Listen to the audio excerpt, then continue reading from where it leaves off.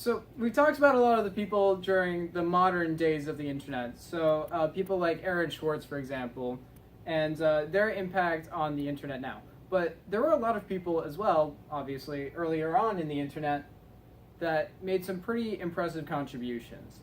And one of these people is John Postel here. He was considered the heart of the early internet, which, I mean, he looks like he has a lot of soul to him, right? He's got the long beard, he wore socks and sandals, he had to have some kind of strong personality there, and he had a big passion for the internet. Now, this was shown a lot during his college years at UCLA. He graduated with his doctorate in 1974 in computer science. And this was especially interesting because one of the things that came out of his research at UCLA was ARPANET. Now, ARPANET is basically the predecessor to the normal internet that we have now.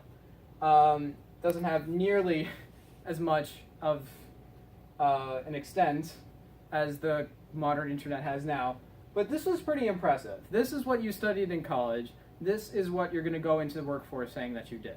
So this is already a great start in his career. Now, another thing that he also did was create something called RFCs, which were requests for comments.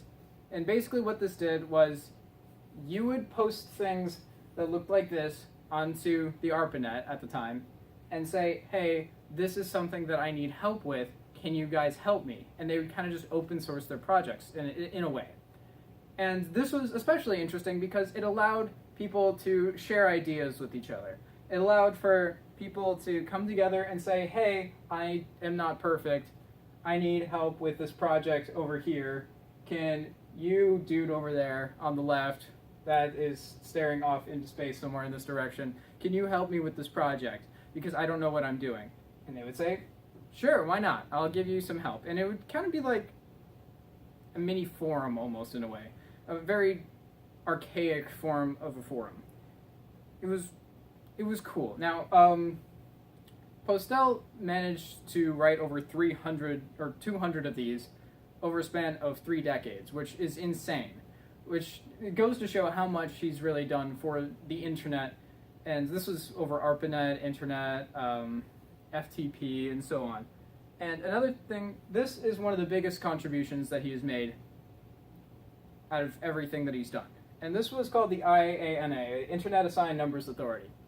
And this doesn't really sound like much. It sounds like a weird acronym for, I don't know. But basically, Postel took it upon himself to manually develop systems to, basically what he did was that he set up numerical systems and organized how internet packet distribution was made. So he helped fix SMTP, TCP/IP. He helped make all of these things viable in the modern internet. And whereas all of these things were kind of theorized beforehand, they were never introduced on a mass scale, or they were never brought to the public, or the ARPANET, or the internet, or anything like that. So this is kind of the biggest contribution that he's made to society so far, or in general. Another thing, which was later on in his life, was that he created what's called the Internet Society, or he was a major founder of it. And the Internet Society is pretty incredible in the sense that they're kind of the international body that determines how the internet's supposed to work. And I mean, countries technically don't have to listen to the Internet Society, but they have an incredible amount of power. And it's really interesting how somebody like John Postel would have founded this, because he had a vision to just share information with other people. And this allowed him to say, hey, why don't we all agree to have this number represent blah, blah, blah. Like, this helped make ASCII codes unanimous, IP protocols unanimous, things of the like, and helped the internet come together as one across the world, which is pretty impressive to me. And unfortunately, John Postel died in '98, which was 5 years after he became the trustee for the Internet Society. And that's John Postel for you. Heart of the Internet.